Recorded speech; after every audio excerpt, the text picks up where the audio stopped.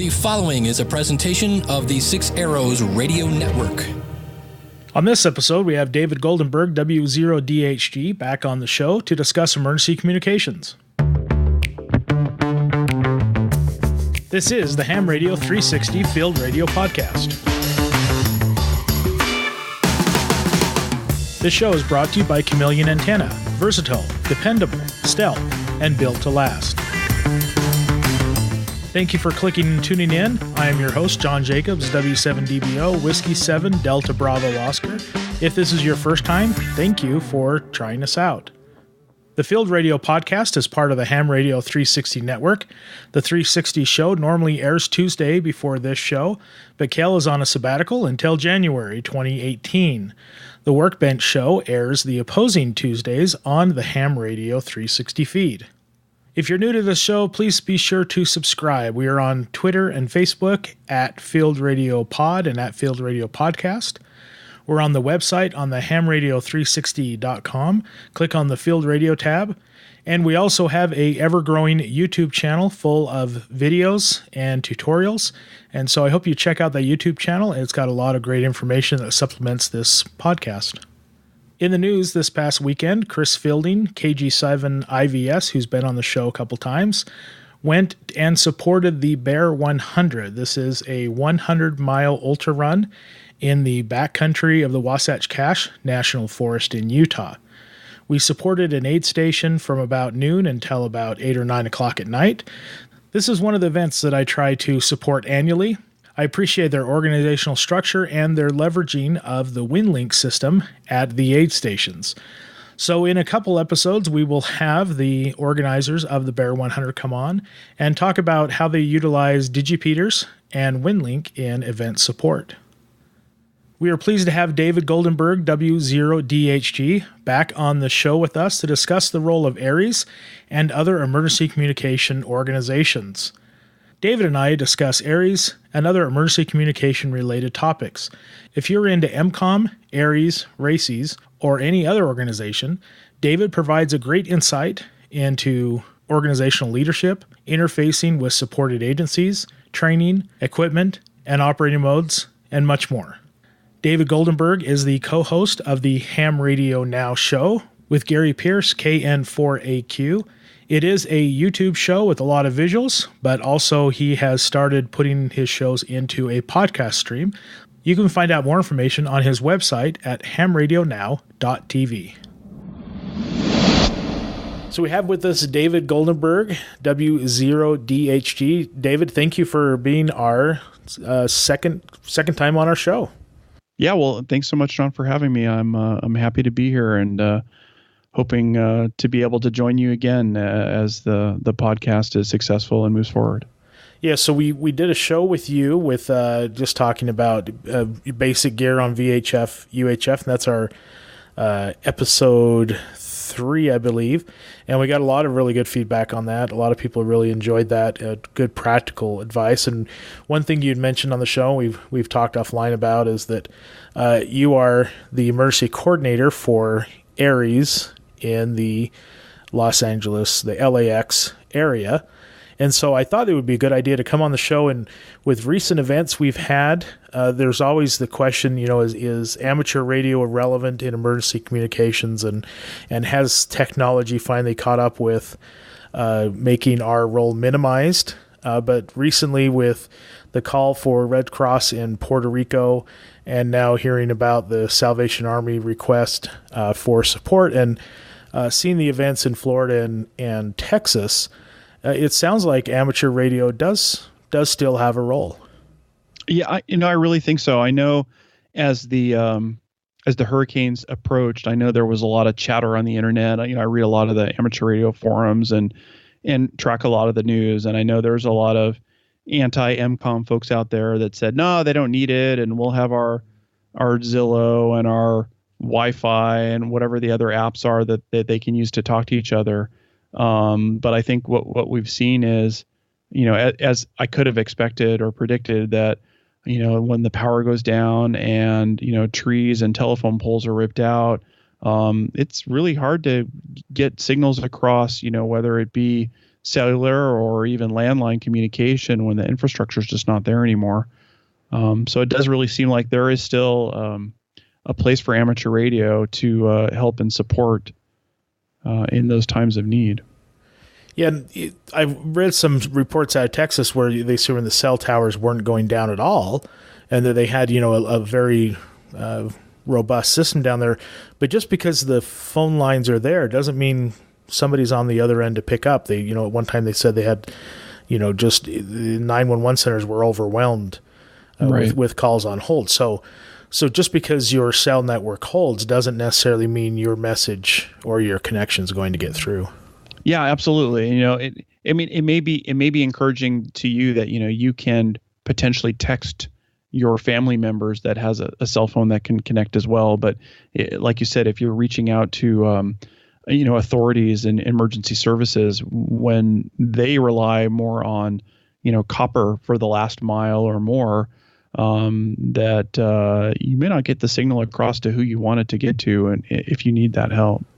Yeah, and of course, the ability, phone line is 1-to-1, whereas amateur radio, along with any other type of radio transmission, is 1-to-many. And so you can generally do, broadcasts and general information nets, things like that. You can get out to a lot of more people. And so that's what I kind of wanted to have you come back on the show, because you are, involved in this. And what I want to kind of talk about is how is ARRES, how is it being deployed with what you're doing down in California? Mm-hmm. And so first of all, let's talk about what is ARRES and what's the command structure and who reports to who? Sure. So ARRES is a branch of the ARRL, the Amateur Radio Emergency Service. It's a group of volunteer individuals that want to help their communities in times of needs, and actually even outside of times of needs, because we do a lot of drilling and practice and preparation, so we know what we need to do when we need to do it. I think if you looked at the structure across the country, probably almost every different section has some different role that they play, and it's emergency response is very much a matter of what's the environment that you're supporting. You're in Utah and I'm in Los Angeles, and the missions here are probably different. We never see very harsh weather, but we do see big earthquakes on a pretty regular basis, and that's kind of the mission that we plan for. But we have other events like wildfires, and we have heavy rains that mostly create flood and road issues. And in Los Angeles, the ARRES primary role is we work with and support the hospital systems. We work with about 65 plus hospitals all throughout Los Angeles County, and we provide a backup, and we're 3 or 4 or 5th down on the communication path. If everything's working and the phones work, then they don't need us. And there are some other systems that the hospitals use. MediNet is a radio dispatch system that they use to communicate with kind of a central operations center called the Medical Aid Center, the MAC. And that group organizes and coordinates hospital traffic and supplies, and additional material and even personnel if needed. But what we've seen before, and we drill a number of times every year, what we've seen before, and even in drill situations where everything's fine and there's no problems with infrastructure, sometimes that radio system cannot hold up, with 66 hospitals trying to get to an individual location. And so that's kind of where we help to bridge the gap in providing, either repeater or relayed traffic to coordinate, how many beds are available, what supplies might be needed by the hospital, what kind of other, again, personnel might be needed by a hospital, or other support, whether it be, they need fire department personnel or law enforcement personnel. And so that's kind of the role we play. Los Angeles is kind of a unique section where we as a city are broken up into kind of 4 ARRES sections, and there are probably a dozen or more emergency coordinators spread out through that. So I work specifically with the northwest section of the LA area, and I'm assigned to a couple of hospitals that I coordinate with their personnel as disaster communication support. And we have a number of operators that I can call at any given time that would show up and man equipment at those hospitals or bring their own as needed. So you're an EC, which is emergency coordinator. So are you allowed from your level down? Do you call your leadership, or does that leadership come from higher up the chain? So we have a district emergency coordinator, and we have a section manager as well. And at the level, I am not to self-deploy. However, I do have really close ties with the hospitals that we work with, and if they ask for resources, we can release them and ask them to show up. Nice thing about ARRES is, everybody gets trained as much as we can get them trained, and you show up for a net, and it doesn't matter if you're an EC or an AEC or you have no role at all. You show up for a net and there's nobody there, and an event happens. You start up the net and you start collecting information and taking traffic. Now, it might not lead to a deployment, but you start the process and you start the communication bridges. I've been doing this for a little bit over 5 years. We drill 5 or 6 times a year. I've actually only been activated for we call real world emergencies twice. And once was pretty recently where we had a large fire at a power switching facility, something like 500 gallons of mineral oil that they used to cool the transformers caught on fire, and it required the fire department to de-energize that transfer station. But that meant that almost 300,000 people and 6 hospitals in a given area were all without power, and some of them for over 24 hours. And we activated at that point, and provided support to the hospitals that were in need. And a lot of the hospitals went to emergency status where because of the situation and because you can't provide certain services even when you're on a generator, they close those hospitals to business and reroute patients en route from emergency services to other hospitals that are available, and even go as far as transfer some patients that need heavy life supports to other locations that can support them. So how does you say that the hospitals, you're tightly integrated with hospitals in your area, and other areas have different missions. Is there established MOUs between ARRL and or how does that process work of getting started? Yeah, and that's really the key, is having that MOU, the memorandum of understanding, is kind of generated at a local level. Your ARRES group or the ARRL themselves will be contacted by or see a need and contact an organization or a group of organizations to say, hey, we can provide a service if we see that there's gaps that we can help fill for you. If you're interested in entering into this written agreement, we'll provide that service, and that's what we have in Los Angeles County. We work with some other organizations besides the hospitals as well, but again, that's kind of our primary understanding. If they need assistance and they ask for it, we will step up and provide operators as quick as we can and where they need them. So with your, you mentioned with your people, and I'm part of ARRES here in our area. It's we're not we do more event support than actually interfacing with served agencies. But so you pretty much just fill out an online form and you're part of ARRES, really.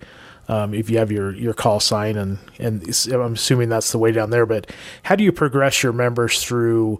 Is there a certification system? Is there how do you basically check them out and assess their skills? So, we meet on a monthly basis, and part of the meeting typically has, a kind of a review of schedules, upcoming events.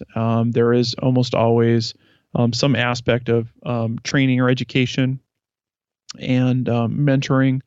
Part of the membership process, we really ask operators to complete some of the FEMA ICS, the 100, 200, 700, 800 are very typical, and this is pretty typical across the country, and something that the ARRL asks ARRES operators to complete those courses. They're all free and online, and most of them can be completed in an hour or so of time for each one of those courses. Completing that kind of puts you in standing as a kind of a full-fledged member. We have individuals that don't want to complete those courses. We'll still let them participate, but you have to figure out what everybody's level of commitment and what everybody's capabilities are. Completing those courses really gives you an understanding of the bigger picture in the event of a disaster. A lot of it has to do with how disasters are coordinated, and primarily gives you a good picture of how first responders work, how law enforcement and fire and other governmental agencies work, and where amateur radio operators who are volunteers kind of fit into the structure, so that there's that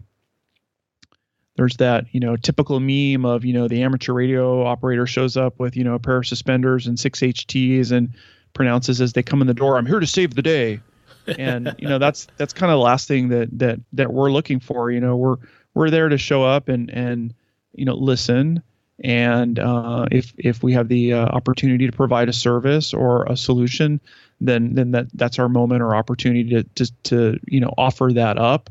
But we're not in charge, and that's one of the things we drill into folks. You're there to help and listen, and to be a value add, and not be either another victim if you don't come prepared, or just someone who gets in the way.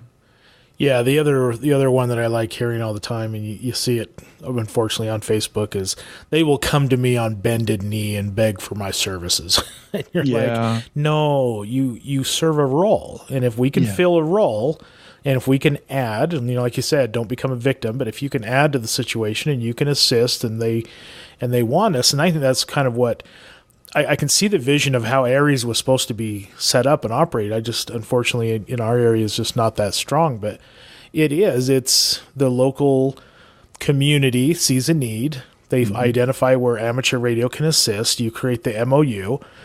You train your officer, or you train your, sorry, I'm used to police officers. You train your members to a level of standard that hopefully they can carry, and then you fill in when asked. You don't self-deploy, which isn't I guess a third issue you hear about a lot. Do you do anything with ARRL has a training program? There's also Oxcom, which is the FEMA program. So to hold a role like an EC, they want you to have taken the ARRL MCOM 1 at the time that I received my appointment, and I have completed that course. I know there are some other newer ones. I'm actually working through one of the other ones now. A lot of it depends on what role you want to play. We'd like members to have completed a basic first aid and CPR course, because I'm 50 and I'm probably one of the younger hams in our organization. So we are potentially going to be the ones providing CPR support services to some of our own members, right? So being prepared for anything that can come up. And we ask that individuals participate on our weekly net as much as possible, and come to the drills. The drills, weekly nets are good so that your equipment works, and that's really the key for me, is understanding people's equipment works, that they know how to use it. We do both on repeater systems, just because of the geographical area that we have, and I know that that's not ideal, and I know there'll be people listening to think, oh, you expect a repeater to work after a disaster, and no, we don't expect them to work, but we usually follow our repeater-based nets with simplex nets, and those are more geographical. So we know, we put someone who's in the middle of a good area and then has some good propagation to take simplex check-ins, and we go kind of round robin. I'm kind of living a little hole in a little canyon, and depending on how propagation works that night. I might be able to hear someone 30 plus miles away on a regular basis, but there are other nights, depending on what's going on in the neighborhood or weather patterns or whatever, I may not be able to hear 15 miles. And so we kind of record that in a log so that we know in the event that we don't have the repeater systems available, I should be able to expect to hear folks in this geographical area. And if they're not responding back, maybe that's an area that we need to look at as having a problem or having issues. Yeah, that's one thing that you hear that a lot is don't practice with the repeaters because you can't rely on the repeaters, but the repeater is a tool in the tool belt. Yeah. And if the tool is there, the same thing with like Echolink, you'll hear, well, DMR is worthless, or D-Star or Echolink because they're internet based, or don't plan on repeater. But if it's a tool and it's available, like we saw in Katrina, Kale on the Ham Radio 360 show had a guy that they lived by Echolink because it was a tool they could use. And so, and I also see the value in doing simplex. Like we have a parade here in Utah County that they use the repeater for every year, but the parade is only in about a 3 or 4 square mile area. And so I'm like, well, that's the perfect opportunity to, instead of, you're talking 1 mile away to a person via repeater 15 miles away. Mm-hmm. So yeah, there is definitely the skill in knowing who you can hear and who you can't hear, and establish those lines of communication by using all the tools you have. And I think with the nets, it helps. It's a redundant way to know your equipment working, but it's also a way to know each other's voice. Because in an emergency, if you know the person's voice, a lot of times, even though you're not getting their call sign, on the simplex nets will say, well, I didn't get your call sign, but I recognize your voice. I know who you are. Mm-hmm. Mm-hmm. And it's a good opportunity to just make sure as many people that are in the footprint of the repeater, their equipment works, they know how to get on there, and they know how to use it. Again, we have our big 3 that we kind of plan for in terms of issues are earthquakes, wildfires, and heavy rain and flooding, mudslides and what have you. And an earthquake, in my experience, I've been in Los Angeles since 1960, late something, right? And Selma earthquake and Northridge earthquake and a number of other big ones. And the reality is most of those are very damaging and can be very devastating. But they're in regional parts of the city that there are major disaster, major issues. And what they've seen over time is there are some of the repeaters that will stay up and working even after those earthquakes. And again, so like you say, it's a tool in your tool belt. If you can use it, use it. Wildfires, unless the wildfire burns through where the repeater is, it's still going to work. And the same thing with flooding, as long as the power's up, and most of the repeaters up here will either have battery and or generator backup. So a lot of times, while we plan for them not to be available, we'll still get on and use them if they are, and then fall back to that simplex operation. But when you go simplex, as you know, I'm only going to have so much of a footprint. We have a huge county. I might be able to talk to 6 or 8 individuals on simplex, but I ran, last night was Monday net, and I run our local net. Usually I do the end of the quarter or the beginning of the quarter net, and we had 35 check-ins. They would not have been able to hear me, and I wouldn't have been able to hear them if we didn't use that repeater system. Yeah. So there is value there, and being able to use those things, it's important. It's key. Yeah. Do you have a plan for HF? We do on a weekly basis. We do an HF net. They run them on Sunday mornings, and they'll either do it on 40 or 80 meters as a backup. And there are a number of the individuals that will participate in that as well. Mostly it's NBIS, and I will occasionally hop on those nets. Weekends are hard with me. I do a lot of stuff with Boy Scouts, so can't always be around kind of on a reliable basis.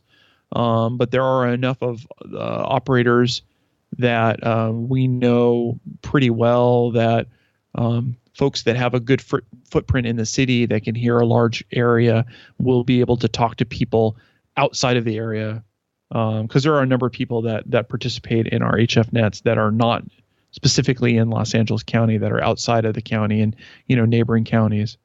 And they would be able to take traffic, again, in like an earthquake situation, you take it out to Ventura County or you take it out to Orange County, and those people will be able to get on a phone or even relay further out, depending on what the disaster is and the degree of it. Yeah, because a lot of that, like we learned, most emergencies are going to be regional, local, maybe regional. So really, like for us, we just need to get to Vegas or Denver or Boise, and they can carry the message the rest of the way, like we see in Puerto Rico. Yeah. You don't need to make a contact to Japan from Puerto Rico. You just need to be able to get to the mainland. And I was reading an article on actually NPR News, had an interview from a guy, one of the first guys. He was up in Pennsylvania, and for some reason he was in the sweet spot for Puerto Rico. Yep. And he started transferring a lot of information just because he just had to make that skip or hop, Yeah, and it does work. And you mentioned some of the digital modes, and something like D-Star, which is it's cool. I've played with it. The whole idea to be able to hop on an HT or a mobile radio and get onto the internet and talk to somebody, on the other side of the planet. It's cool. It's awesome. It's not really my thing. But the challenge has been with D-Star or DMR, some of those other technologies is, number one is there is an aspect of it that is very much tied to the grid. And there's a big potential failure point. But the other challenge for us is that, right now we have kind of three standards, as they were, or two standards and a third one, right? So there's, D-Star and DMR, and now we've got the system fusion stuff. And telling volunteers that you have to go out and spend money and standardize on one or the other, it's difficult to make that happen. Almost everybody that gets one of those radios can always fall back to analog. And as long as you're doing analog, it doesn't really matter. I don't have to tell you, you have to go buy an ICOM or a Kenwood to do the D-Star. You don't have to go buy a Yaesu to do the Fusion or whatever the brand of DMR of the month is. Any of those radios, for the most part, is going to be able to do 2 meter or 70 centimeter simplex. And having that lowest common denominator is great because it almost always just works. Even if you're only going 10 miles, there's enough of concentration of operators in my area that there will be another ARRES operator that will be able to get your signal and be able to pass it on to the next stage and the next stage. Gary and I on the Ham Radio Now show have talked to folks in more rural areas, and it sounded like a lot of the challenges for some of those groups is there just aren't a lot of hams in some of those areas. So having the ARRES group, like you talked about yours, there may only be 10 or 12 or 15, hams in your little, region. And you'll probably find some of them don't want to come out or play, or maybe too old to come out and play, or more interested in DXing. So it limits the number of people that you can have come out and help. And then, as you mentioned, there's not really an organization there. And it can make it difficult. I'm on the other side of it, where I think there's probably 400 people in our database of, registered operators. Now we get maybe 50 people to a meeting, and when you have an event, you may get the same 10 or 12 or 15 every time. I hope that when we have a disaster, that more than 15 people are going to show up. What I really hope is, of the 100 that maybe show up, that half of them have some training, and we can partner up with somebody who doesn't have training so that they can get trained and will be useful. That's my biggest concern. Yeah, that's I was listening to Gary's interview after the DCC with who was it, the tech girl, I guess. Oh, with Jerry, and she's like, amateur radio's not out of the box. You can't you can't buy a radio and pull it out of the box and instantly have some gratification of doing something. So like you said, maybe those 100 operators show up. You hope that half of them have pushed to talk in the last year, right? And they actually know their gear. you will have the current frequencies that we use programmed, or even like one of them, and the interesting thing I've seen as DMR has kind of become more prevalent, and I know there's older hams out there that said, oh, we've had DMR for a long time. In my area, in my circles, in the last maybe 2.5 or 3 years, as you've seen the Chinese knockoff push cheaper and cheaper DMRs, it's really taking off. And, there are operators that I know that are long-term hams that are pretty technically savvy and can put stuff together that will come into a meeting on a regular basis and, hold up this new TYT or even the Motorola radio saying, how do you program this thing? I don't understand this whole code plug magic. Yes. Yeah. And it's not easy. I've done some D-Star radios and programmed them, and I'll tell you, ICOM has it down with the newer radios. It's almost plug and play. It's a lot closer than a lot of the older analog radios. You still have to put in a frequency and be able to do the offset and whatever the tone is. And Jerry's right; it's not just plug and play. But ICOM's getting closer with the some of the D-Star stuff. But again, I shy away from that because I can't standardize. I would hate to tell our operators, oh yeah, now you got to go buy a $500 HT and maybe a more expensive mobile radio, and then program it and make all that work. It's hard as participating in a volunteer organization to get people to go that direction. Yeah, and the thing is with DMR is, like you said, that code plug, that's not field configurable. Yeah. Unless you have the hardware to configure. And that's, I think, a key of amateur radio is to be able to be dynamic and diverse and move on the fly. And I supported an event where we had a amateur radio operator. He was up on the top of a peak, but we were using, simplex VHF, but he had a Motorola radio and he didn't get the right frequency plugged in before he left. And so we were relaying for him. Other people were, because he couldn't change frequencies on his radio without his computer, right. And he didn't backpack his computer in. So, like I said, those are tools, but I think we have to realize the limitations of those tools. And you're right. DMR would probably be the easiest one to tell everybody to standardize on because it's going to be the cheapest option, but it's still difficult in a volunteer profession to get people to buy specific types of equipment versus just getting regular amateur radio gear and repurpose. So do you do anything along like digital modes, like APRS, WinLink, or like FLDigi? Yeah, I've really been trying to get FLDigi off the ground here for 4 or 5 years, since my early ham days. And I've been very successful working with other organizations. I early on kind of grabbed hold of it, and I did trainings for some of the other organizations. There's a group that works with the Los Angeles County Sheriff's Department, the DCS, Disaster Communication Service, and I did a number of classes for a bunch of their different stations 4 or 5 years ago, and they've kind of taken off. We've had a harder time with the ARRES team to get folks to do that because we go in and use the hospital equipment and can't always rely on having a PC, and what's the interface between the laptop that you might haul in and the radio, and it's not always so effective to do hold the mic and do push to talk. I do run APRS in my vehicle.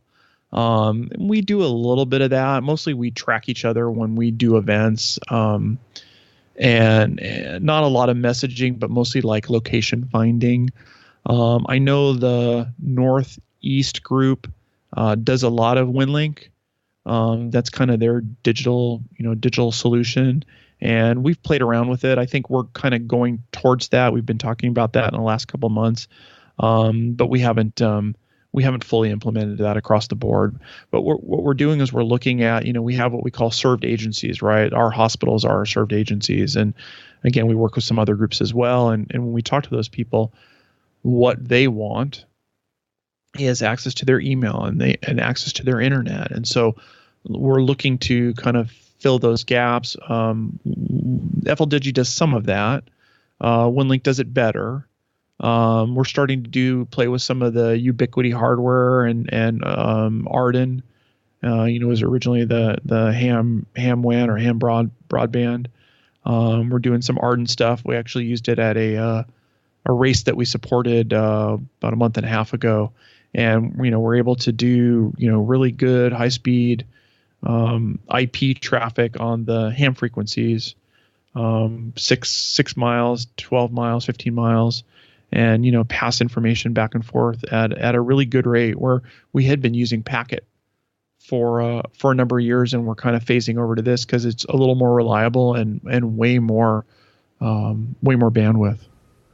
Yeah, I just did the Bear 100, which was a WinLink over digipeaters, and you get 4, 5, 6 stations all doing 2-hop digipeating for WinLink, and we literally stood there for 10 minutes right before we were wrapping up. Like, if we could get an open spot on the radio, there was such congestion because so many stations were on, and then because we were doing actually a 2-hop, and a lot of people were doing 2 hops. It's just packet is really good if there's not that many people around. Mm-hmm. But you get 4, 5, 6, 7 stations on, and that's where, if you have the line of sight that Arden requires, then definitely you can. It's very much more versatile, and you don't have to have a program in. You don't have to program in your hops; it just does your hops for you. Yeah, the packet that they had been running this race on for a number of years, and some customized software that works great. There's about 20 checkpoints or so, and they had 4 or 5 database stations because of the overload you can see on packet. And so, each 4 or 5 different checkpoints in a row, goes to the local one, and that feeds back to the internet backbone, and it works great. But the advent of like the Arden technology and the Ubiquity hardware, just is a huge improvement, and it has made it really a lot more effective, a lot less kind of lag time and waiting around to find out, where's your runner, or where's this runner, or let's run a query, and we can do a whole lot more, kind of intelligence gathering along the raceway than we were able to do before for the runners, and that's really nice. Yeah. Yeah, I think if Arden and it was Hamnet BBN or MeshNet, or if all those can solve the underlying issue of packet collision, if they can solve that, I believe that. And then of course, if you have the line of sight to do it, I think that's going to become a very powerful tool for ARRES organizations, because you're right, they want that manager wants to either send an email or fill out a form. And you hear that in Puerto Rico, it's, well, we need to come here and we need to fill out this form to get the aid. Well, if they can't get that form filled out and emailed out, then it's difficult to get the aid coming. Yeah. Yeah, I'm So switching gears a bit, what your ARRES members, obviously you'll take anybody if they just show up with the handheld, but what's your ideal ARRES member? What equipment do they have? What capability do they? What standard have you established? Well, it's funny because I look at it from a slightly different angle. The most important thing for me is attitude. It's the individual showing up with that attitude that, hey, I want to help, and I'm not some hero, and I don't think like I'm the Lord's gift to mankind, and have some humble in them and willing to learn. That's the ideal operator, and it doesn't really matter if they're 50 years old or 20 years old or 80 years old. It's really about, will you show up? Will you listen? Are you willing to learn? And are you willing to help? That's the key. And then beyond that, we'll tell most people when we have a drill or an exercise or an event or whatever, it doesn't really matter, equipment wise, what you have. Show up with an HT, even better if it's programmed for our frequency list. Because a lot of times what will happen is we'll almost always, or probably always, pair off a new operator with a more experienced operator. And often that more experienced operator is going to have some kind of go kit or know where the hospital has their equipment, or have a rig in their vehicle, or we're going to operate out of our emergency trailer, and just having them show up with that attitude, so then we can sit them down in front of a bigger rig, or even let them use their HT to run the traffic that we need to do. That's really the key. There are other requirements. We want you to come prepared. We'll give you a list of, here's the stuff you need to put together in a go bag, right? And it's your radio, and it's an extra battery or two, or even better yet, an extra battery and a battery pack that takes AA batteries and a whole bunch of AA batteries.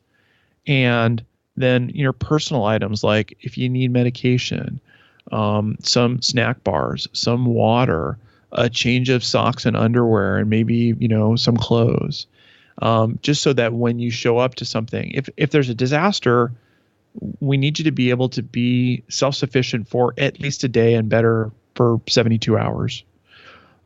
Because some of the times we're not going to be able to get a whole lot of help right away, depending on what the disaster is. And you need to not be a burden on the system. That's really, those are the keys for me. Be willing to learn, take the training we ask you to take, program your radio, and know how to do it from the panel. A lot of people will say, "Oh, I can, use my laptop to do it," or you can always be able to get your laptop out in a hurry and program your radio on the fly. The reality is, most of the time that's not the case. And again, you're slowing things up.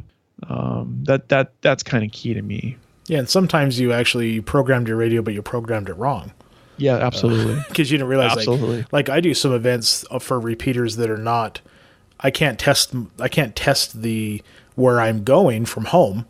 So I have to have confidence that I plugged in the programming right. But if I didn't, I need to know how to change those frequencies on the fly in the field.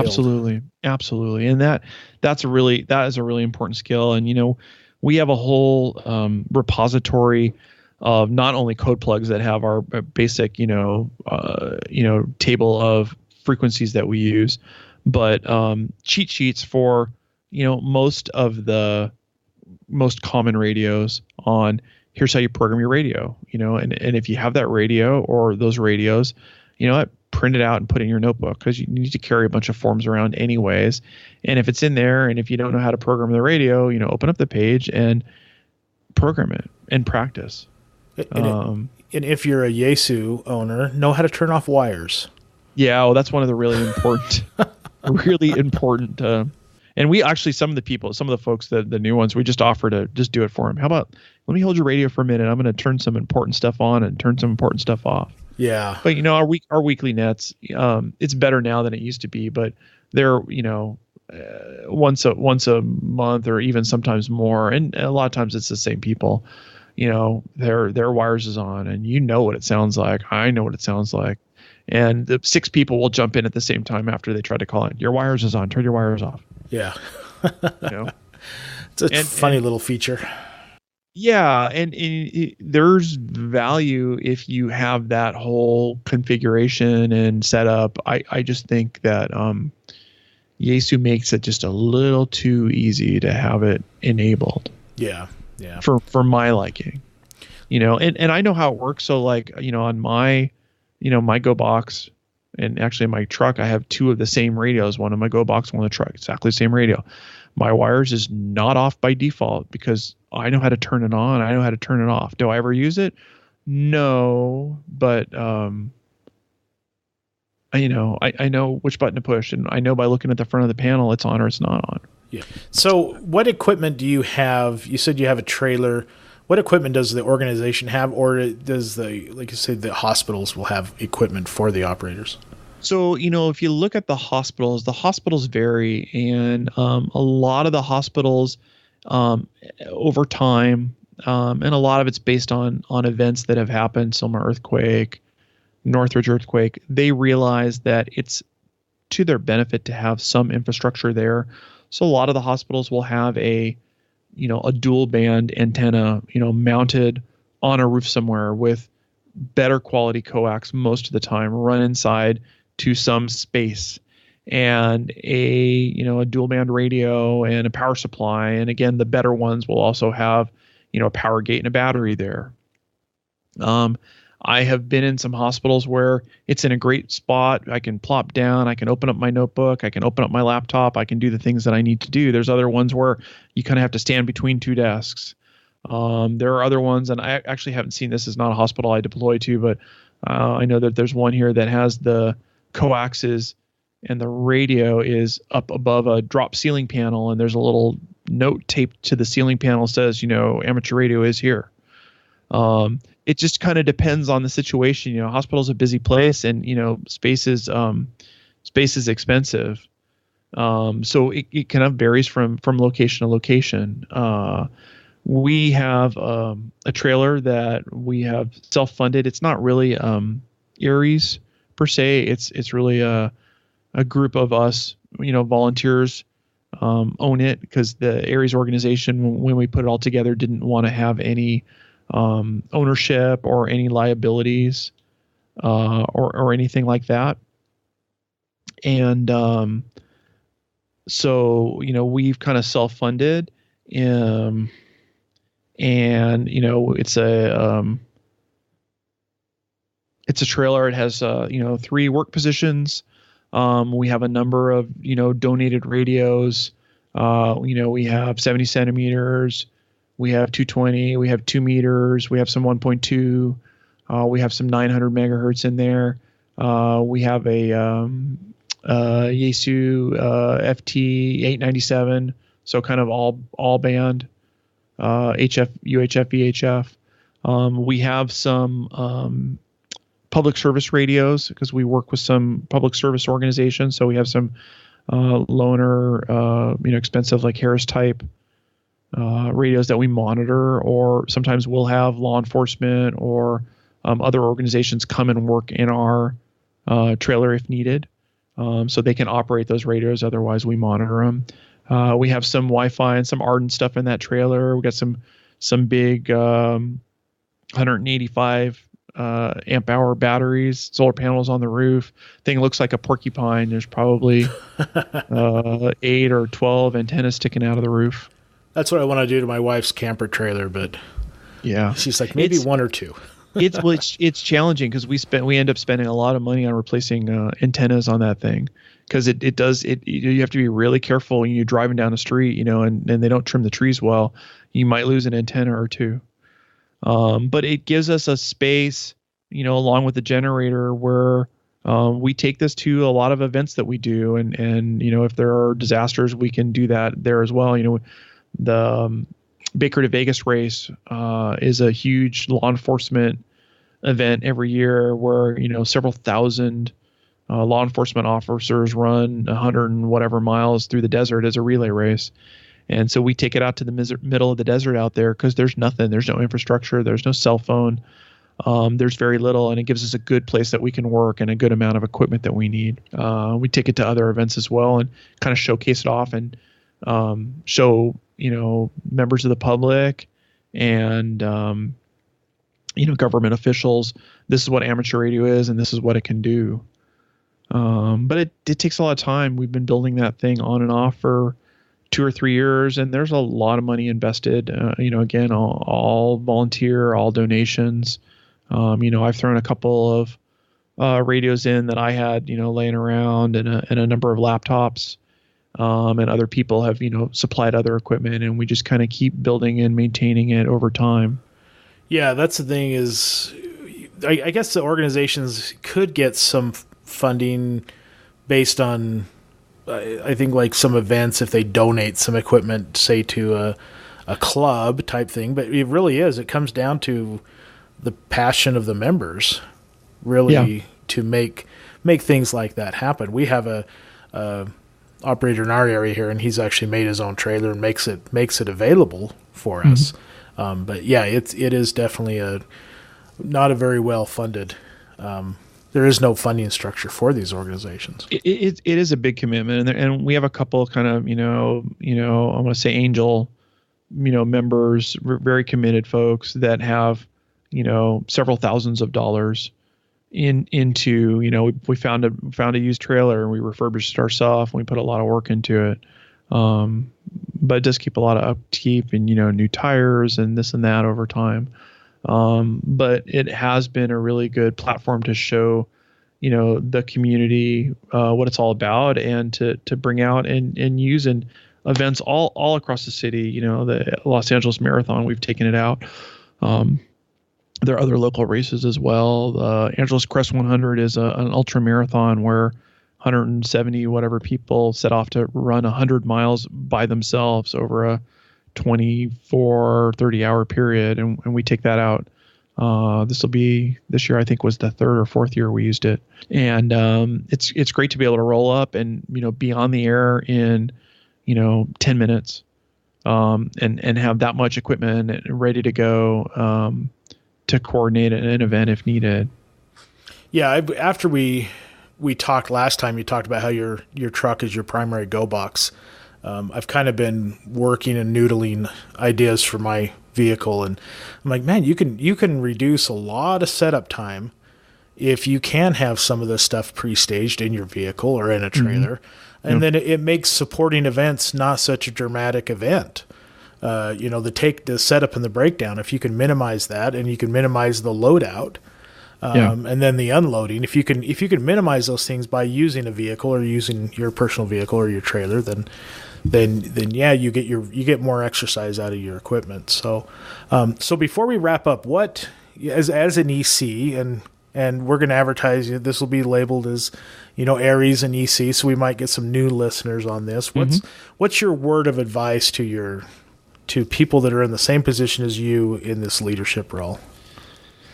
From a leadership role, really, the key is, the biggest thing that I need to do is to be able to recruit and train good, valuable team members and resources. And so it's all about, the attitude that I take. You need to be warm and inviting and open to meeting new people. That can be a challenge for some hams, wanting to talk to people, wanting to socially interact, which I find really funny. That's face to face.